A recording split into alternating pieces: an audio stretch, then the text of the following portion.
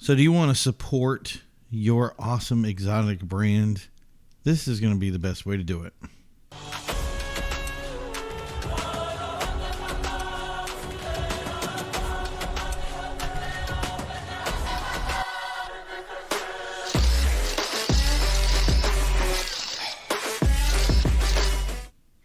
Hey everybody, and welcome back to Carside Chat. I'm your host, Primo. And it's been a crazy week so far. We made it through to the end of a blizzard. We made it through some very cold weather. I ended up blowing out my back pretty bad, so if I don't look too up to speed today, that's probably what it is. I can barely walk. But yeah, I'm doing pretty good here. So I am happy to be on and doing a video for you guys. We do have a lot of information and news here to get back on and catch up to. The Corvette VIN 001 has sold for $3.6 million at Barrett. How crazy is that? If you guys didn't know, that's the most expensive Barrett Jackson charity sale they've ever had. Of course, Rick Hendrick won it. Who wouldn't? And I don't expect him to not stop winning these Chevy purchases. So, but the good news is all that proceeds will go to Operation Homefront, which is to support veterans. And you can't go wrong when you're doing something like that. So that's big news. I'm glad to have happy done that. Next was Gordon Murray's. Let me get the thing for that here. Gordon Murray's T. .33 coupe. This car has sold out. It's the entire 100 count run is gone. This isn't the fan base one, the one with the fan base one that we featured before, but they're all in the same family. Regardless, I was kind of worried about this, especially with new companies, new brands and stuff. I really had a good feeling because Gordon has a lot of clout to his name, if you will. But with the sleek looks and everything, it's something that kind of was like, I'm wondering where that's going. But like I said, the Murray name carried a ton of weight. And I'm sure people want to get on board with being like, the next big cutting edge thing that he has. And it would be great to see this thing take off to something else. So I want to see more and more from that brand. We had this talks about Lamborghini trying to save the V12, and unfortunately that, I'm guessing, is not going to happen.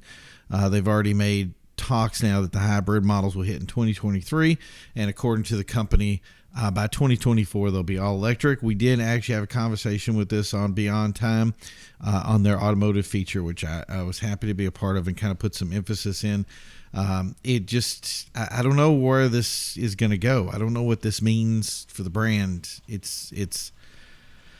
I don't know. For years and years and years, all these brands have been known for high-powered, awesome-sounding cars, and here we are with a car that's like, it's not going to make any noise, and it's going to be interesting to see where that goes. So, but next is Rolls-Royce, which is ahead of their Spectre concept, the all-electric. They have redesigned their 11-year-old Spirit of Ecstasy, which you see there. That's the redesign right there on the screen. But it's supposed to be more aerodynamic and more representative of the original sculptor Sykes design, which, I mean, aerodynamics and Rolls, I don't know. I don't see them breaking any barriers when it comes to wind tunnel testing. But, I mean, is that really what they want to go for? But, okay, whatever. I just don't see there being a reason to design or change an iconic piece of history for this brand that has literally, like, taking it from step one to step, just gone into the next history of whatever, Rolls is from the beginning to now has been part of that history, has been that iconic Spirit of Ecstasy. So I don't know why my thing has always been, why change something that's perfect? So I don't know. But so the current models that are out right now, that's not going to change anything. They're going to be the same as they were before. But what you will do is in the future, we're going to see the new brands. They're going to have that new Spirit of Ecstasy. It's going to be a part of it. So just in case you don't remember, now is the time to make sure you like and subscribe. Don't forget to hit the bell icon. Don't forget to do a lot of stuff. And as you know, I hate doing all this stuff. So I hate talking about it. I don't want it. We don't need to market it. Like, come on, guys. like and subscribe. Do what you got to do. Because the thing is it's huge, and it's all about, that next level. So yeah, so let's get excited about it, right? Okay, so to our topic today. The thing that everybody wants to support their big brands. Everybody has their brand that they like. Like, I'm kind of a Lambo guy, Koenigsegg. Obviously, I own a Porsche, so we know I'm a Porsche guy. But let's be honest, these brands are no stranger to going out of business. They're no stranger to bankruptcy. There's probably not one name out there that hasn't seen some constant influx of, cash or falling apart or something. But they've all teetered on bankruptcy at one point or the other. So let's be honest. About 6% of the population out there purchases these cars, and I'm going to show you this one over here. So oh, there we go. So and why do you buy these cars? They're just frivolous. Nobody needs this SVJ, excuse me. And by the way, this is Brian Salomone's. He unveiled his new color for his new personalized Lamborghini SVJ. And I have to say, it is an astounding color too. I really love it. But yeah, let's call it a need for speed. Call it opulence, whatever it is. These cars are excess. And funny enough, in 2010, I remember hearing somebody say to me that there was no loyalty in these exotic car brands. And to be honest, I was at the time, I think that they were pretty much right. Yeah, there was no brand loyalty. Not many people. You buy a car, and that was the thing, is it was flash in the pan. You one day buy a McLaren, one day buy a Porsche, the next one was a Lamborghini, and then a Ferrari. Once you were in that kind of thing right now, it was what it was. But a lot of things we've seen change recently. We've seen all these brands breaking records. We've seen everybody have record years. Everybody from Bugatti down, Aston Martin, Lamborghini. We did the video the other day, and I don't think we hit a single brand that we didn't miss that didn't see some kind of benefit from breaking some sort of record. So why are they breaking records right now? Well, it's pretty simple. They started making SUVs. In fact, most brands right now, about 60% of their buyers that are the buying sales that they have coming up are based on SUV sales. And every brand out there right now pretty much has an SUV or are looking into making something for even the rare ones. And if you look at it, the numbers, it's what the common person is buying, 60%. So yeah, funny enough, when you build an automaker that caters to the needs and wants of their buyer, they get sales. Now, at first you may think I'm telling you to buy an SUV, but I'm not. The problem is really we've been resistant to thinking over time. I think that's why none of these brands wanted to jump into making an SUV, was because that thinking was anathema, and especially for Lamborghini. I guess everybody forgot that they made an LM002 back in the 80s. But yeah, that was the thing is we kept getting this pushback. So yeah, you can't make a Urus, because if you make a Urus, that's not with the branding of the image of Lamborghini. So it was what it was. So everybody had their kind of push against it to say, you can't have this car. So, but regardless, what you need to do is simple. And I know, like I said, I'm not asking you to buy an SUV. I'm not asking you to go out there and invest of it. All I'm asking you to do is to be okay with them building SUVs. And if we're okay with them building SUVs, so let's say Ferrari or these other brands, whatever engine or whatever thing that you like, let's also be okay with them making a sedan. Let's be okay with them making road-going cars. I mean, that's the concept, right? They're not making race cars. They can make race cars, but specifically they make race cars for racing, or they're track cars, or they make a street-bred track car, or any of that nature. So that's the thing is it really was something I never understood why the world really missed, or it wasn't on their radar, if you will. So here's a perfect example. So Porsche broke the mold with their Cayenne, and then they came out with the Panamera. They sold cars that nobody thought would, and it's because the buyers wanted to be loyal. I think that's the reality. People want to be loyal to these brands, but they couldn't go out to get groceries with them. And they had a great deal of success doing it, and I'm amazed it took the other brands this long to really catch up. And I think that's the reality here. If you're a Lambo guy, you want a Lambo for groceries. You want a Lamborghini to go to the store. You want to be able to go on the long commutes with the family. If you're an Aston Martin guy, it's the same thing. You want to take the family out. Aston Martin, with this vehicle right here, the DBX, saw 224% increase in sales. Think about that for a minute. That's crazy. 224%. I think it's impossible to deny what we're looking at here. So where do you think all that money is going? Well, it's not going to design their next SUV. It doesn't take a lot of emphasis to design an SUV. Of course not. It's going into making cooler cars in general. It's sure these big brands will sell a couple of thousand of one car, but design and the influx in cash means we get to see new concepts in carbon fiber, new transmissions, new levels of speed that we didn't think were possible. And that's the other thing is these new cutting edge technology. Lamborghini, with the way that they redesigned carbon fiber and had their own little carbon fiber area to do this stuff, was the idea of constructions of carbon fiber in the general consensus of things. Now they can make a ton of carbon fiber, keep their price down with this. This stuff goes everywhere. When you get big brands like this that pick up this stuff and run with it, it's good for everybody. That's the thing, as I always said about Koenigsegg. Koenigsegg has technology that's laying on the ground right now that nobody has ever touched. New valve technology. If you ever looked up that valve video, look it up about, I want to say it was floating valve, but it doesn't use the valves do not use like a camshaft. They use an electronic control unit that allows the valves to open and close. And at that point, you don't need a throttle body. You don't need all this other rotational force. You don't need a timing belt, which everybody has the dreaded timing belt or timing chain conversation. I know we've all Ferrari guys, we've had it one time or the other. But that's the thing is you don't need that stuff anymore. Now you have this new technology, and the stuff that Koenigsegg has out there that went into I believe the Camaro. That stuff is there and nobody's really touched it. And imagine what we could do with this. The biggest thing about a car, and especially about combustion engines in general, is the better that they run, the more efficient they are. And I thought that was the goal. The idea was to be efficient. I mean, if let's say we moved over to, let's say, I'm going to say it wrong, but anyway, so ethanol fuels.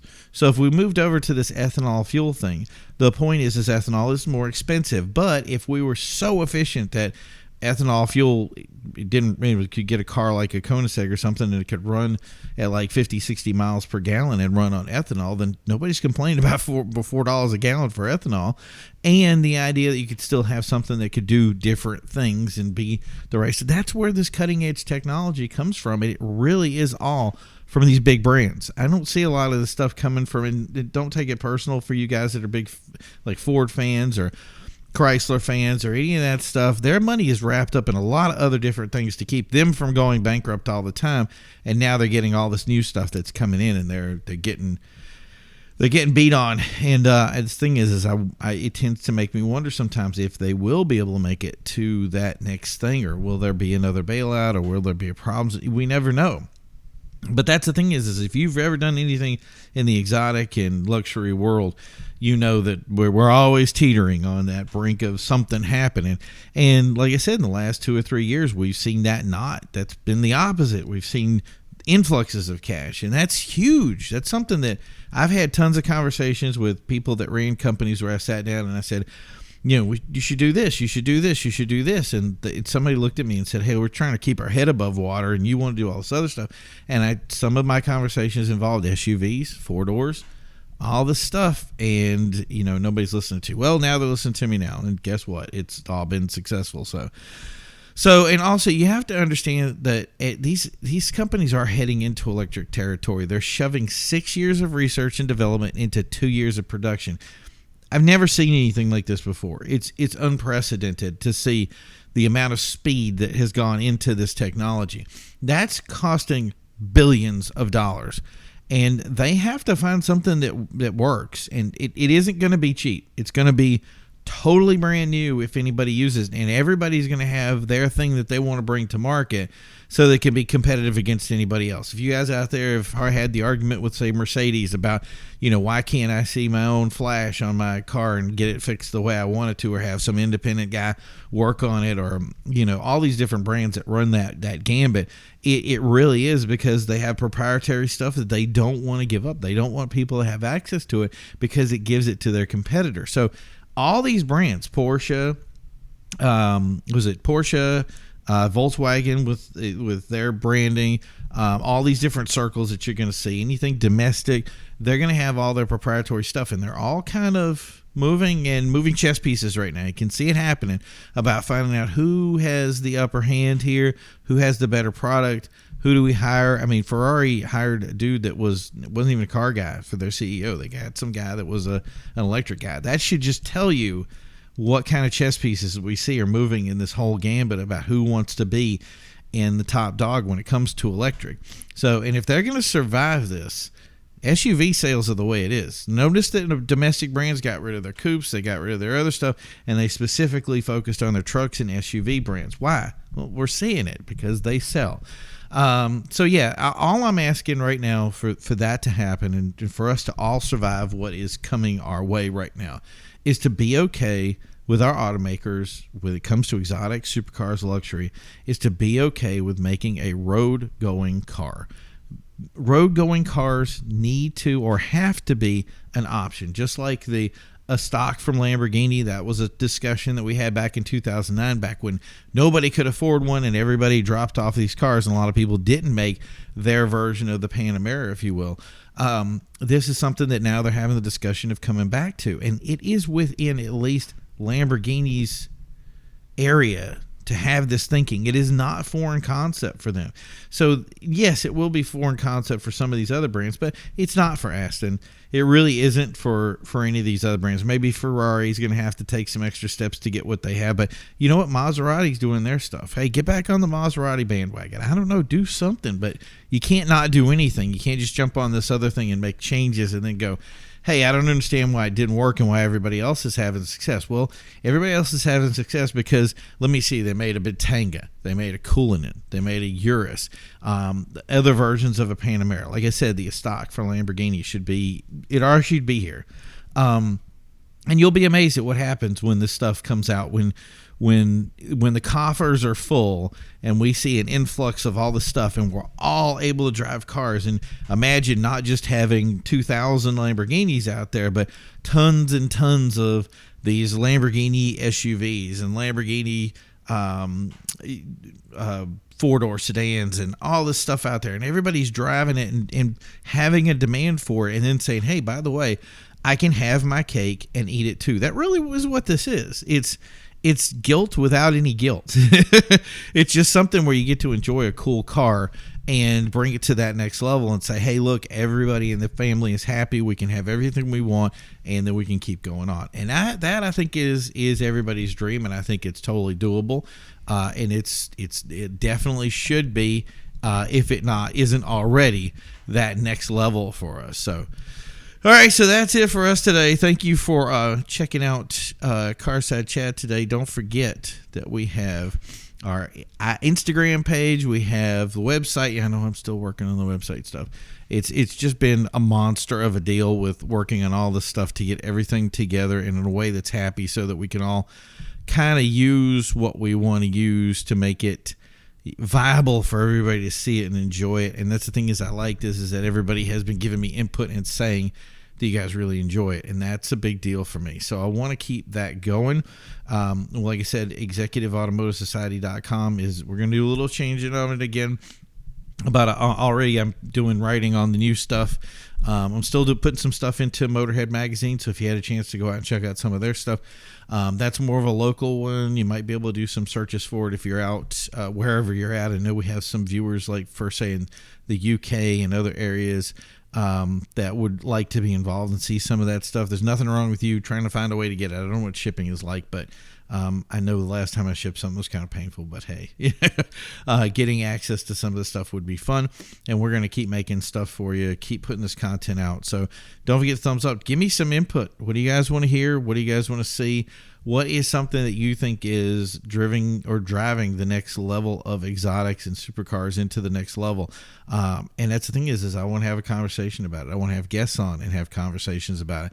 I think it's all a big deal. I think it's all something that really needs to go to the next level. And the idea of making, I'm still going to say it, man, the affordable exotic, and I don't always say it from the affordable, like I know affordable has its own areas, but getting an exotic car that has something in the $80K range or something like that, people need to look at Gallardo's now. Like all that stuff is still in kind of the buyer's range, and it still has that, it gets to that level of value and then it kind of flattens out. And then here's a car, you're going to buy it, use it for a couple of years, drive it, have a ton of fun, and then be able to sell it and potentially make money off your car. And that's something that was unheard of back in the 90s. That was just like, 80s and 90s, nobody did that. You bought your car, you shoved it in a garage someplace, and you let it build up money, and then you sent it off to auction at some point. Everybody owned a museum, and 90% of them wouldn't share it. So, but yeah, that's where we're headed right now. We're headed into a world where people actually drive their cars, actually enjoy them, and we need to start building communities around that so that we can go back to some of that old stuff. Like we're planning on doing these coffee meets. So we have coffee get-togethers and sit-downs around a cup of coffee, and that's how it was back in the day. You sat down, you enjoyed each other's company over something that was, I don't want to say mundane. Like it became alcohol later on, but that was something more of Americanized. People still have those coffee house ideas and things about sitting down and having some of these communications where we kind of understand where we are. That's one of the big problems we have around here right now is nobody wants to talk to each other. They all want to argue. And that's social media talking. We can beat that. If we are truly the civilized group and we are above, this penny ante banter that we have, then I think we need to rise above this and start showing people this is the kind of thinking that gets you into a car like this and makes you a better person. We don't want to be better. And it's not that we are better people. We are understanding that we all started at zero. It is what it is. We're not trying to say that. But the idea of bringing somebody up to the thing is saying, now is the time to not make any excuses. You can be great. You can be an awesome person, and you don't need all this other stuff to it. And then maybe we'll get to the point of where we hang out and be such positive people that we don't even need self-help gurus anymore. We just kind of sit around and say, hey, you know what? If you want to hear a bunch of guys not making any excuses, drive up to this local coffee shop, and every Friday they get together, and just like our real cars and coffee should be, sit around and banter about, what their next big thing is, and open up network opportunities. All that stuff is available for you. And that's the kind of dream that I'm having for 2022. And I hope you're going to jump on that dream with me. Thank you guys for tuning in. This has been Carside Chat. Again, this is your host, Primo. And as always, don't forget to drive.